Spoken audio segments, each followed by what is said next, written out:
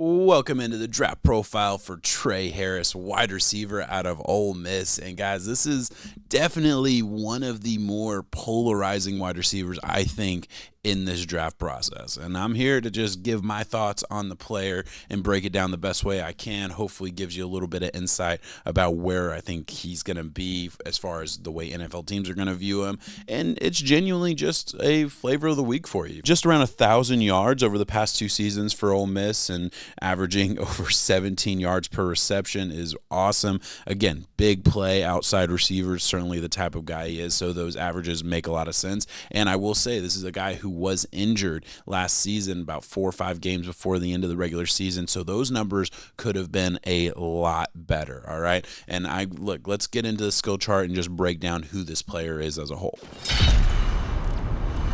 And right off the top, I do want to say, look, this is a size speed prospect. 6'3", 210 pounds. I think he's going to run really well at the combine. So the first couple things we got to talk about is his explosiveness and athleticism. With explosiveness at a 7.8, that is his best grade. Anything above a 7 for me on my grade scale is what I consider an elite grade. So that's something that I think is definitely going to transition over to the NFL and will be one of the things that defines him as a player in this process, right? So that's kind of how I look at it. I do think his overall explosiveness, the way he moves at his size, is special at the wide receiver position. We're talking about an X receiver, not going to play a lot of slot because really, look, it's a combination of two things. One, we just didn't see it a lot in college. I mean, he played outside 88% of the snaps in college, so he was primarily the outside receiver, and he really only ran a handful of routes, so we didn't get to see really any kind of quick twitch movement from him, and I just don't think he has it. So that's why if we look at this skill chart,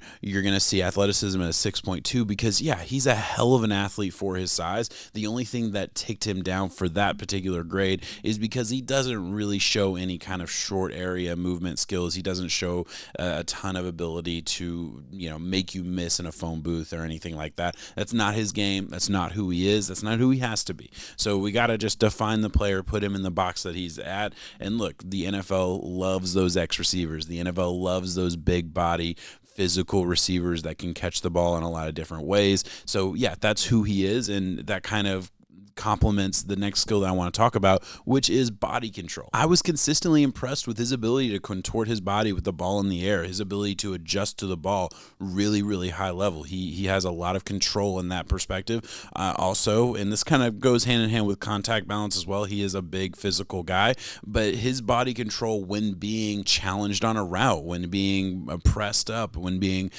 bumped off his route, it just didn't happen. The college corners were not really able to disrupt him in any way. He always felt like he was in control on any, down the field route, which is the majority of what you saw. It's pretty much the only thing I was able to grade him on was his downfield route running. Now let's get into some of the negatives. Look, this skill chart is kind of all over the place. I know that, but it is kind of, like I mentioned at the top of the show, it's a very unique prospect. I do think there's going to be a lot of variance in the way he gets graded out. I think there's going to be a lot of variance in how people like him, which is why for guys like this, I love the skill chart.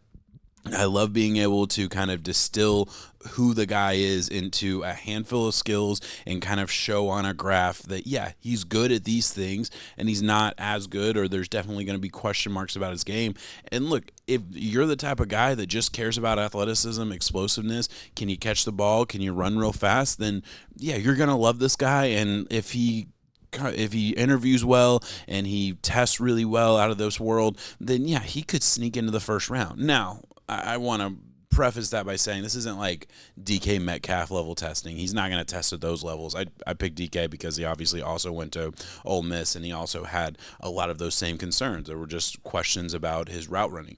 The fact that DK fell to the late second was wild because I would tell you with all those same concerns and a lower, I won't say a lot lower, but a lower athletic ceiling, Trey Harris should probably go somewhere late second. That feels about right to me and the way I view him, right? So that's a little bit out there and not in the weeds, but that's kind of how I see the player, and I want to give the full context of the player, right? So going back to the skill chart here, route running, and route tree, I'm just going to kind of combine together just to say, again, this is just the Ole Miss system. Like, you can't even be mad at it at this point, because it's what Lane Kiffin does. It's what Ole Miss does. They get these physical freak wide receivers on the outside, and they tell them to do three things: post route, go route, hitch every once in a while, and that's kind of it. Like, that's really it. Slant, obviously, but it's not super varied, and it's really tough for me to look at his route running and just get enamored with it, because he can run fast. He can. He's fast. I will say he does a good job of kind of layering his speed, and he definitely has that third gear of, like, when the ball's in the air, he's able to kind of separate at the top of the route. So that's great. That's awesome. Good route runner for what he does. But those are the kind of, like, that's a prerequisite almost for the guy he is. I need you to be good at that, because if you weren't, then we wouldn't be talking you anywhere in the day two kind of range that I feel like he should be in. But again, I think there's a lot of variance for this guy. I think there's a lot of teams that just not going to be on their draft board or not going to be highly valued, and there's going to be some teams that put him near the top. And a not great wide receiver class, I could definitely see him sneaking into the top 5, top 3. Like, I think he's that kind of, like, legit upside, especially if he tests as well as I think he's going to test, especially if, teams fall in love with the dude along with the player on the field. I think there's going to be a ton of variance. So it's tough for me to give a grade there, but yeah, there are going to be teams, again, that are just going to be turned off by the amount of routes that he ran, his kind of limited foot speed. Like, you can see that best in his releases. If he's ever pressured at the line, you don't see a bunch of varied releases. You don't see him chopping his feet at a high level. Like, it's just not a special part of his game by any means. But again, it doesn't really need to be for what he was ultimately asked to do the most at Ohio or at Ole Miss. And to dive a little bit deeper into the player as a whole, hands at a 5. I thought he used his body a little bit too much at times. That was kind of my nitpick on the player. That wouldn't bring it. It's a positive grade. He can catch. It's not something, like, I'm not nervous about contested catches or concentration drops or anything like that. But he did have 5 drops last season for a 7.7 drop rate, and that was on only 8 games. So that's a little bit concerning. That's definitely a tick against him. I think ultimately for my grade, it's positive, but it's not in the realm of where you'd ultimately want to be if you're talking about, a top 50, top 60 pick. I think that's kind of definitely going to be a question mark for him. By that same token, contested catch at a 6.8. Yeah, I mean, I think he's got the ability to catch the ball in traffic. He's got the ability to moss a dude. All of those things are really, really good. That's gonna carry over to the NFL. Yak at a 5.5, another grade where it's like, yeah, he had 7.7 yards after catch per reception last season, which is awesome. That's a really, really good rate. But also, a lot of that goes into the account that, yeah, he would run a post route. He'd run by everybody. He'd catch the ball and then have 30 yards to the end zone. So that kind of boosts that type of grade for me. So I didn't overreact to that. And I just don't think that his game is going to be an in-space game. I think he'll definitely get his opportunities to be the wide receiver screen guy. He's definitely, like, he's not a negative in any of those aspects, but I don't think, again, he's not going to make a ton of people miss. He's going to run by you if he gets the opportunity, but he's not going to run through you, I don't think, a whole lot, and he's definitely not going to, like, make you miss in a phone booth or anything like that. So, again, another reason why it's a good grade, but it's not something that I'm going to overreact to by any means. And last thing I really want to talk about is his blocking at a 5. And look, his blocking isn't great by any means, but you can tell he just kind of takes the play off. I gave it a positive grade only because I believe in coaching. I believe, especially a guy like this, like, you're going to have to go to a spot where the team isn't afraid of coaching.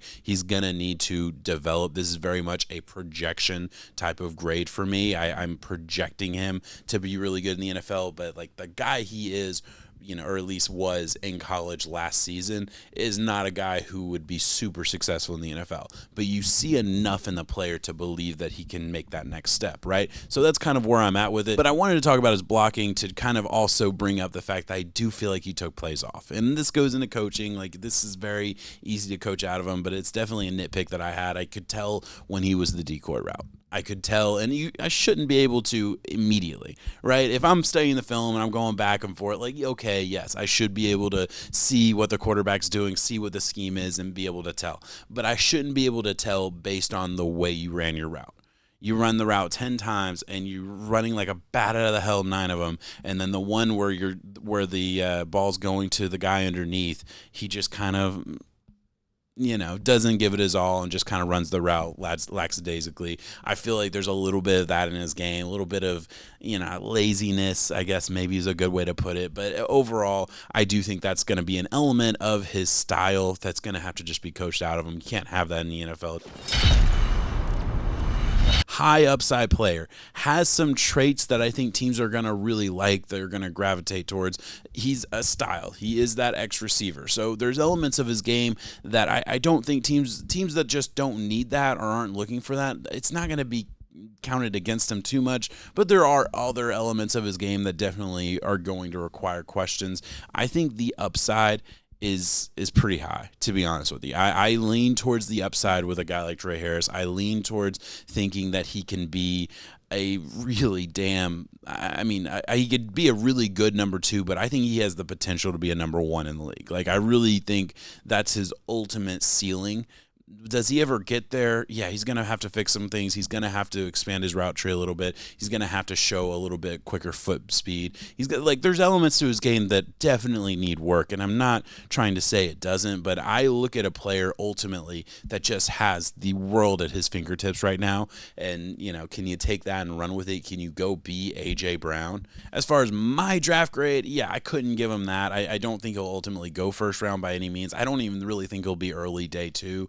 I think, late to mid day 2 feels right. But all right, guys, that's all I got for Trey Harris. What do you think about him? Let me know in the comments. Do you see the elite-ish upside that I do? Or are you agreeing with me that he is a high upside guy? Or do we think that he could fall in the other camp and be, just a big, fast guy that has a cup of coffee in the league and washes out?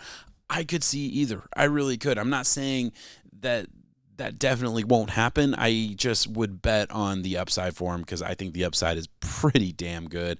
Combine's going to mean a lot for him. The process is going to, I think, mean a lot for him still, and I think we'll have a better view of where the NFL views him in a couple months. I wanted to kind of put my stamp of what I think about him before we got a feel of exactly what the temperature is on him as far as NFL circles are concerned. So hopefully I did that. Hopefully you enjoyed. Thank you so much for watching. Like, subscribe, all that good stuff. If you're still here, it means a whole lot to me. Thank you so much. Peace.